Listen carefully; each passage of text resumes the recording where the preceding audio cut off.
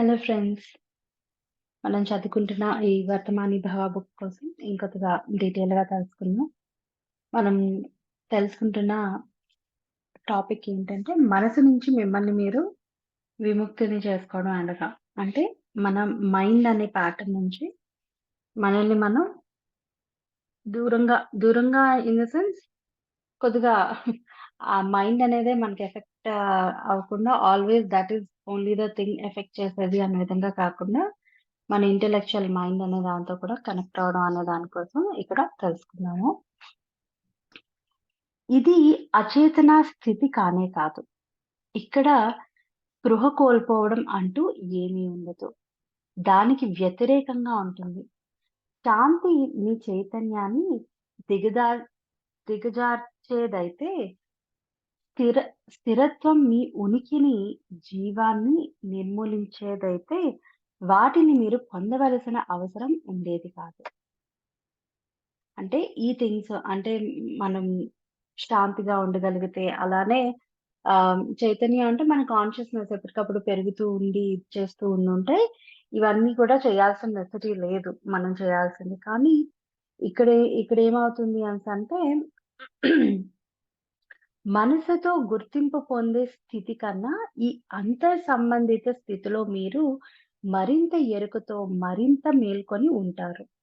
అంటే ఇప్పుడు బయట ఉన్న దీంట్లోనేంటంటే, మనం డిస్ట్రాక్షన్ అనేది మనకు చాలా ఈజీగా వచ్చేస్తది. ఆహ్, ఒక స్టేట్ ఆఫ్ బీయింగ్ అన్న దాంట్లో ఉండడానికి మనం చాలా ఇబ్బంది పడాల్సొస్తుంది. అదే మనం ఇన్నర్ పీస్ అన్న దాన్ని ఎప్పుడైతే ఎక్స్‌పీరియన్స్ చేస్తామో, దాంతో ఎప్పుడైతే కనెక్టివిటీ ఉంటుందో, ఆ ప్రాక్టీస్ అనేది ఎప్పుడైతే చేయగలుగుతామో, మనం ఇంకా అవేర్‌గా ఉండగలుగుతామనమాట. మీరు పూర్తిగా ప్రస్తుతమై ఉంటారు. ఎప్పుడు కూడా ఇన్నర్ అవేర్‌నెస్ అన్న దీంట్లోని మనం పెంచుకొని కనెక్ట్ అయ్యి ఉండగలిగినప్పుడు, ఎప్పుడు కూడా అవేర్‌నెస్‌తో ఉండగలుగుతాం. అదే విధంగా ప్రెజెంట్ మూమెంట్‌లో కూడా ఉండగలుగుతామనమాట.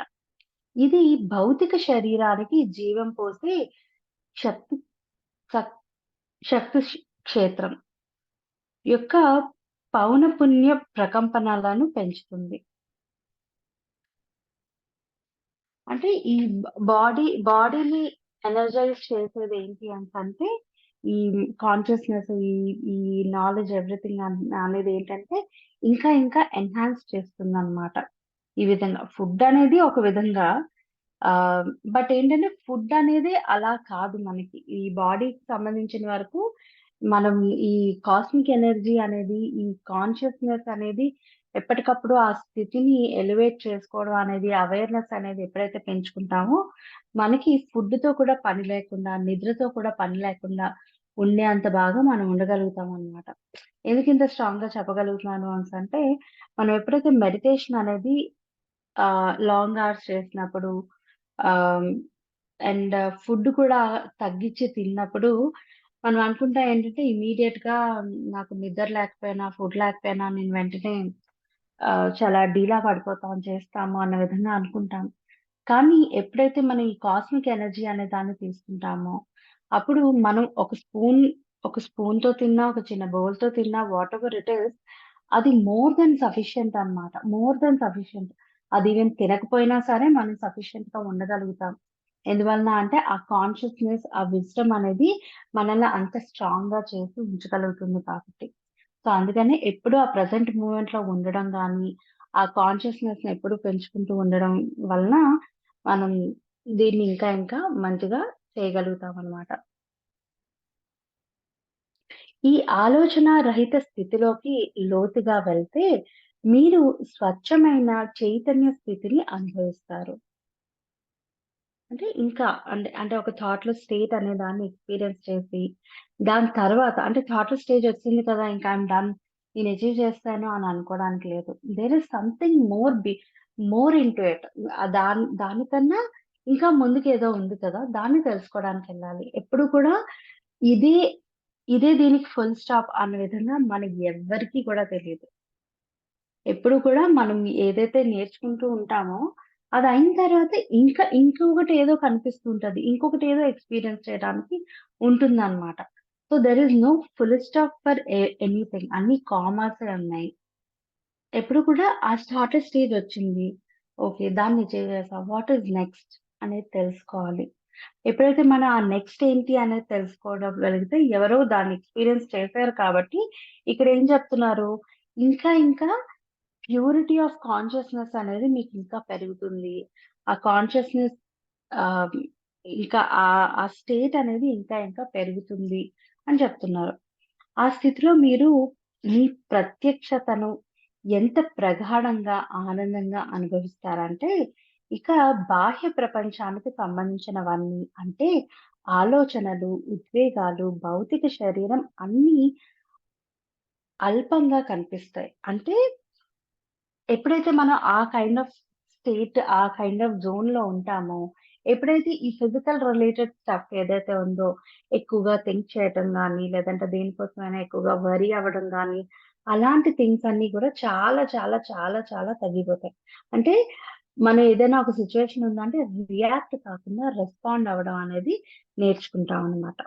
మనం ఇప్పుడేం చేస్తాం, ఏదైనా సిట్యుయేషన్ వచ్చింది అంటే వెంటనే రియాక్ట్ అయిపోతాం. ఇలా ఏంటి, అలా ఏంటి, ఇది కాదు, అది కాదు అని చెప్పి.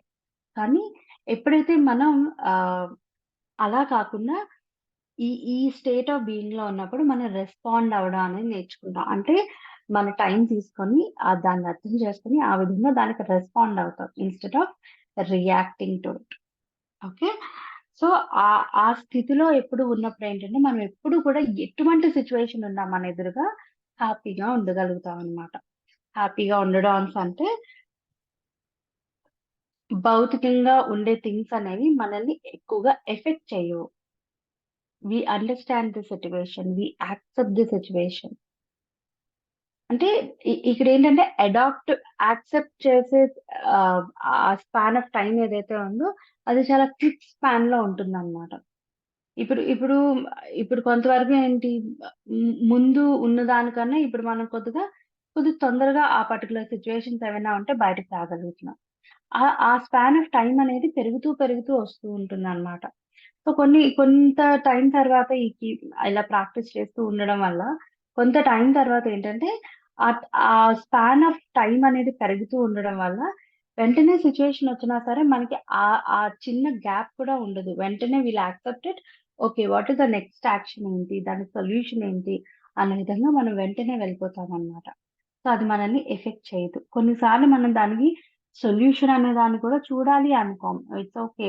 It will just come in front of me and it will get solved అని అనుకుంటాం. I will follow that path అని చెప్పి.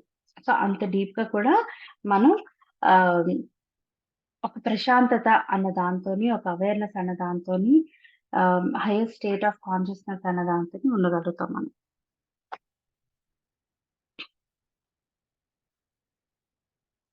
అయినా ఇది స్వార్థపరమైనది కాదు. స్వార్థరహిత స్థితి అది. అంటే మనం వెంటనే ఏమనుకుంటాం అంటే, ఇలా ఉంటే నేనేం పట్టించుకోకుండా ఉంటే అంత అనుకుంటాం. But we do care about everything. అంటే మన రెస్పాన్సిబిలిటీస్ అన్నీ చేస్తూ ఉంటాం. అన్నీ చాలా అలవోకగా చేస్తాం. అంటే లైక్ ఎలా అంటే ఎఫర్ట్‌లెస్ ఎఫర్ట్ అన్న విధంగా చేస్తూ ఉంటాం అన్నమాట. మనం ముందు ఏదైనా ఒకటి చేయాలి అంటే దానికి చాలా ప్రిపరేషను, ఇలా చేయాలి, అలా చేయాలి, అలా చేయాలి అని మనం ఎక్కువగా థింక్ చేస్తూ ఉంటాం. బట్ ఈ స్టేట్‌లో ఉన్నప్పుడు ఏంటి అంటే, మనం జస్ట్ అలవోకగా చేస్తాము. ఎట్ ది సేమ్ టైమ్ దానికి కావాల్సిన సపోర్ట్ ఏం కావాలి అన్నది గూడా ఆ టైంలో మనకు అంతే మంచిగా అరేంజ్ అవుతుందన్నమాట. అంతే మంచిగా. దానికి ఏది అంటే ఇంకా ఎటువంటి అంటే బ్రేక్‌లు, స్టాప్‌లు అలా ఏమి ఉండవు. చాలా ఈజీగా ఎఫర్ట్ పెడతాము. బట్ చాలా ఎఫర్ట్‌లెస్‌గా కూడా అనిపిస్తది. చాలా సునాయాసంగా జరిగిపోతాయన్నమాట అన్నీ కూడా. ఇంతకు ముందు మీరు అనుకున్న దాని నుండి మరింత లోతుకు తీసుకెళ్తుంది. ఆ ప్రత్యక్షత మీరే. కానీ అదే సమయంలో మీకన్నా ఊహకందనంత మైనది అది. ఓకే. ఇక్కడ నేను చెప్తుంది వినటానికి అసంగతమైనవిగా అనిపించవచ్చు. కానీ దాని గురించి చెప్పటానికి నాకన్నా ఇంతకన్నా వేరే దారే లేదు. అంటే ఆయన ఎక్స్‌పీరియన్స్ చేశారు కాబట్టి, మనకి ఇంత స్ట్రాంగ్‌గా చెప్పగలుగుతున్నారు. ఎవరైతే ఈ క్వెషన్ అడిగారో, లేదంటే ఎవరైతే మనకు చెప్తూ ఉన్నారో, ఆ పర్టిక్యులర్ పర్సన్ దాన్ని ఎక్స్‌పీరియన్స్ చేశారు కాబట్టి, మనకింత బాగా చెప్పగలుగుతున్నారనమాట. అది మనకి అది ఎక్స్పీరియన్స్ చేయలేదనుకోండి. ఇప్పుడు ఇది చదువుతున్నప్పుడు గానీ, చదువుతున్న నాకు గానీ, లేదంటే వింటున్న మీకు గానీ మీకెలా అనిపించొచ్చు? ఇది నిజంగా సాధ్యం అవుతుందా? డెఫినెట్‌గా అవుతుందా? ఇలా ఉందా? ఇలా ఉన్నవాళ్ళున్నారా? అని మనకి కొన్ని క్వెషన్స్ అనేవి రైజ్ అవుతాయి. డెఫినైట్‌లీ అందుకనే ఎప్పుడు ఏ విషయం మనకు తెలిసినా సరే, వెంటనే మన ఆచరణ అన్న దీంట్లో పెట్టినప్పుడు, మనం దాని తాలూకా ఎసెన్స్ అనేది ఏంటి అనేది చాలా క్లియర్‌గా తెలుసుకోగలుగుతాం అన్నమాట. అందుకే మనకు తెలుస్తున్న ప్రతి విషయాన్ని మనం ఇంప్లిమెంట్ చేయటం అనేది చాలా చాలా చాలా ఇంపార్టెంట్. ఆలోచనను గమనించడానికి బదులు మీ ధ్యాసను ఈ క్షణంపై కేంద్రీకరించడం ద్వారా కూడా ఆలోచన ప్రవాహంలో విరామాన్ని సృష్టించుకోవచ్చు. ఆలోచనని గమనించడం. అంటే ముందు మనం స్టార్టింగ్‌లో ఏం చేసాం? ఆలోచనని గమనించాలి అనే విషయం అనుకున్నాం. దాని తర్వాత ఇక్కడ ఏం చెప్తున్నారు? ఆ క్షణాన్ని అంటే ఆ పర్టిక్యులర్ ఆలోచనని ఓకే. ముందు మనకి ఎటువంటి ఆలోచనలొస్తున్నాయి అన్న విషయాన్ని గమనించమన్నారు. ఓకే. ఒకదాని తర్వాత ఒకటి, ఒకదాని తర్వాత ఒకటి వస్తూనే ఉన్నాయి. దాన్ని గమనించాం. ఓకే. ఇప్పుడు ఇంకా దీనిగా ఏం చెప్తున్నారు అనేసంటే, ఆలోచనల్ని గమనించడానికి బదులు ఏదైతే ఒక థాట్ ఉందో, ఆ థాట్‌ని జస్ట్ ఒకసారి అలా గమనిస్తూ ఉన్నట్టయితే, ఆ ప్రెజెంట్ మూమెంట్‌లో దాన్నలా గమనిస్తూ ఉన్నట్లయితే, ఆ పక్కనున్న థాట్స్ అనేవి అసలు మన దగ్గరికి రానే రావన్నమాట. అంటే ఇంకా అది మనం కట్ చేసేస్తున్నాం ఇంకా. ఇంకొక ఆలోచన అనడానికి వే అనేది ఇవ్వట్లేదనమాట. ప్రస్తుత క్షణంలో ప్రగాఢ చేతనంలో ఉండండి. ఇది చాలా తృప్తికరంగా ఉంటుంది.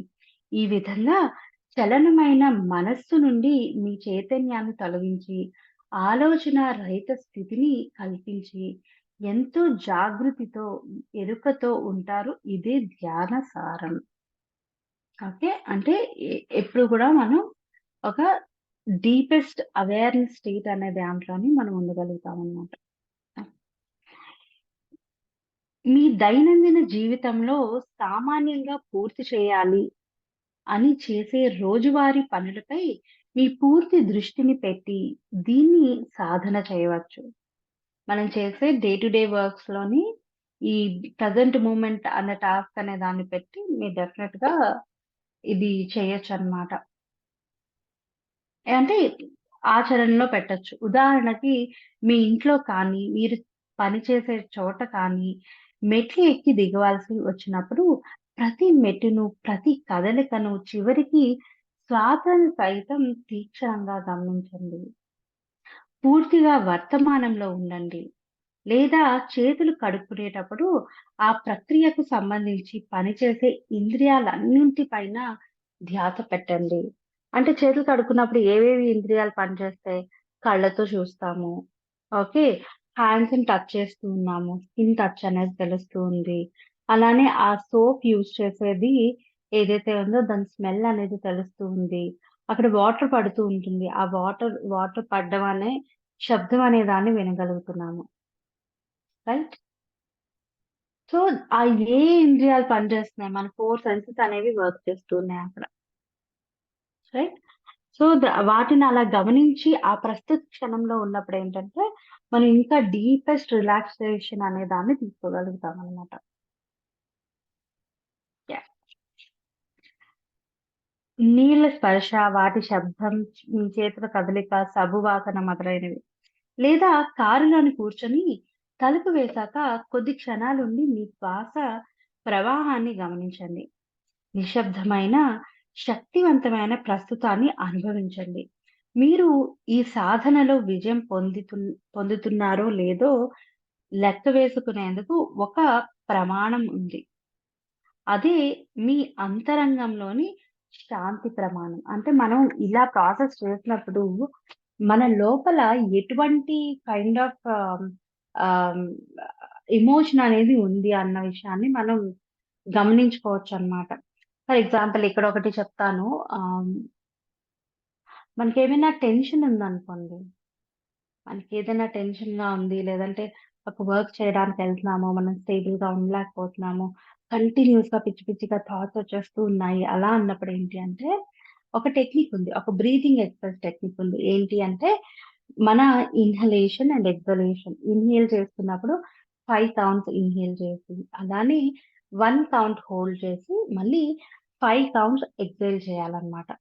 అలాగా మనం ఒక 3-5 టైమ్స్ కానీ చేసినట్లయితే, అది లాస్ట్ మనం అనుకున్న థర్డ్ నంబరో, ఫిఫ్త్ నంబరో వాటెవర్ ఇట్ ఈస్, ఆ నంబర్‌కి రీచ్ అయ్యేసరికి, మన కళ్ళు ఓపెన్ చేసేసరికి, అది తెలియకుండానే లాట్ ఆఫ్ రిలాక్సేషన్ అనేది వస్తుందన్నమాట. ఆ బ్రీతింగ్ టెక్నిక్ ఫాలో అవ్వడం అనేది చేసినప్పుడు ఏం చేస్తున్నాం? మనం మనం 5 టైమ్స్ బ్రీత్ లోపలికి తీసుకోవాలి. సో, మన కాన్సంట్రేషన్ ఎవ్రీథింగ్ ఆ బ్రీత్ అనే దాని మీదే ఉంది.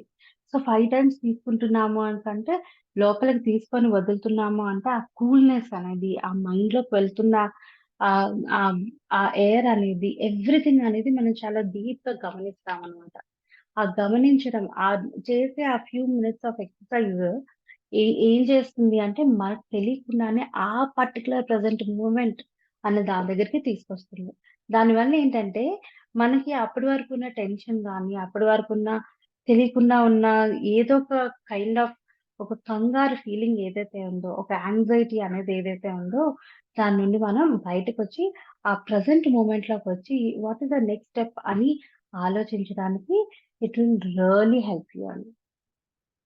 So, that's the technique. మీకెవరికైనా అవసరం ఉంది అంటంటే వెనెవర్ సిట్యుయేషన్స్ అలా ఉన్నాయంటే ప్లీజ్ యూజ్ ఇట్. దానివల్ల మనం చాలా బెనిఫిట్ తీసుకుంటామనమాట. కనుక జ్ఞాన ప్రకాశం వైపుకు చేసే ప్రయాణంలో అతి కీలకమైన ఏకైక అడుగు. ఇది మనసుతో గుర్తింపు చేసుకోవడం. ఇదే నేర్చుకోవలసిన అతి ముఖ్యమైన విషయం.